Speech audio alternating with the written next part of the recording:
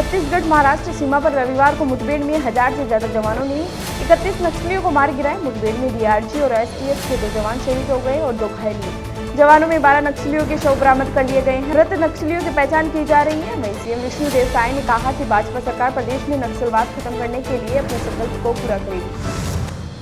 दिल्ली के मुख्यमंत्री आतिशी ने भाजपा की चुनावी जीत के बाद सीएम पद से इस्तीफा दे दिया है। उन्होंने उपराज्यपाल से मुलाकात कर उन्हें अपना इस्तीफा सौंपा। इसी के साथ एलजी ने पिछली विधानसभा को भंग करने की अधिसूचना भी जारी कर दी है। हालांकि दिल्ली को नया सीएम मिलने तक वे कार्यवाहक सीएम के तौर पर काम करती रहेंगी। पाकिस्तान के पूर्व पीएम इमरान खान ने जेल से देश के सेना प्रमुख असीम मुनीर को चिट्ठी लिखी है। इमरान ने अपने इस खुले खत में अपने साथ दुर्व्यवहार होने की बात कही। साथ ही उन्होंने सेना की राजनीति में दखल को गलत बताते हुए इसे रोकने की मांग की। उन्होंने कहा कि सेना और जनता के बीच हालिया वर्षों में भरोसा कम हो रहा है, जो कि बड़ा खतरा बन सकता है। ऐसे में जरूरी है कि सेना अपनी संवैधानिक सीमाओं में रहकर काम करे। अमेरिकी राष्ट्रपति बनने के बाद से डोनाल्ड ट्रंप का अवैध शरणार्थियों के खिलाफ एक्शन जारी है। इस बीच चर्चाएं थी कि कैलिफोर्निया में रह रहे ब्रिटेन के प्रिंस हैरी और उनकी पत्नी पर भी निर्वासन का खतरा मंडरा रहा है। इसे लेकर राष्ट्रपति ट्रंप ने हाल ही में स्पष्ट किया है कि वे प्रिंस हैरी और उनकी पत्नी के खिलाफ कोई एक्शन नहीं लेंगे।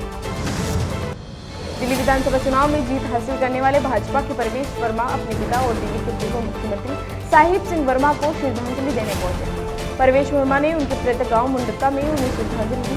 परवेश वर्मा ने संकल्प लेते हुए कहा कि वे अपने पिता के अधूरे कामों को पूरा करने का काम करेंगे।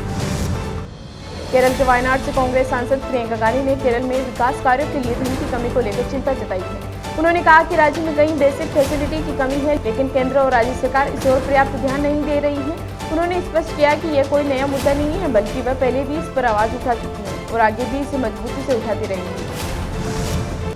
दिल्ली चुनाव नतीजों से उत्साहित भाजपा नेता और हरियाणा के मुख्यमंत्री नायब सिंह सैनी ने हरियाणा हाउस पर जलेबी बनाई और भाजपा नेताओं को जलेबी खिलाई। वहीं इसके बाद मीडिया से बातचीत में उन्होंने कहा कि इन चुनावों में दिल्ली की जनता ने ऐतिहासिक जनादेश दिया है।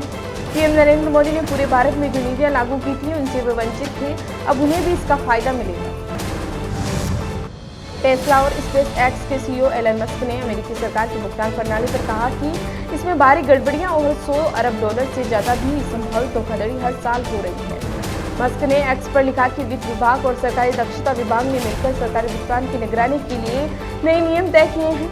अब सरकारी भुगतानों के लिए भुगतान वर्गीकरण कोड होगा, जिससे ऑडिट करना आसान होगा।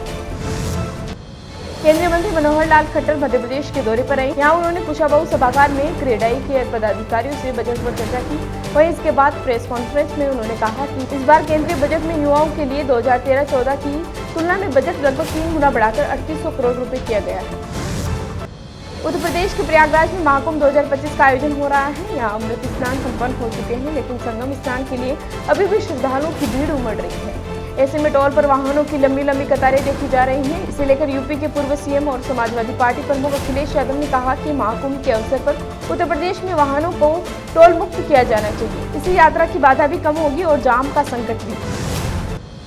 रक्षा बलों के बीच संयुक्तता और आत्मनिर्भरता के समर्थन का एक नजारा बेंगलुरु में देखने को मिला। भारतीय वायुसेना प्रमुख air chief marshal AP Singh और सेना प्रमुख जनरल उपेंद्र द्विवेदी ने रविवार को बेंगलुरु के यलहंका वायुसेना स्टेशन में LCA तेजस लड़ाकू विमान में उड़ान भरी। यह प्लेन की तेजस ट्रेनर एडिशन का प्लेन था। मालूम हो कि आर्मी चीफ और एयरफोर्स चीफ राष्ट्रीय रक्षा अकादमी के साथ ही हैं।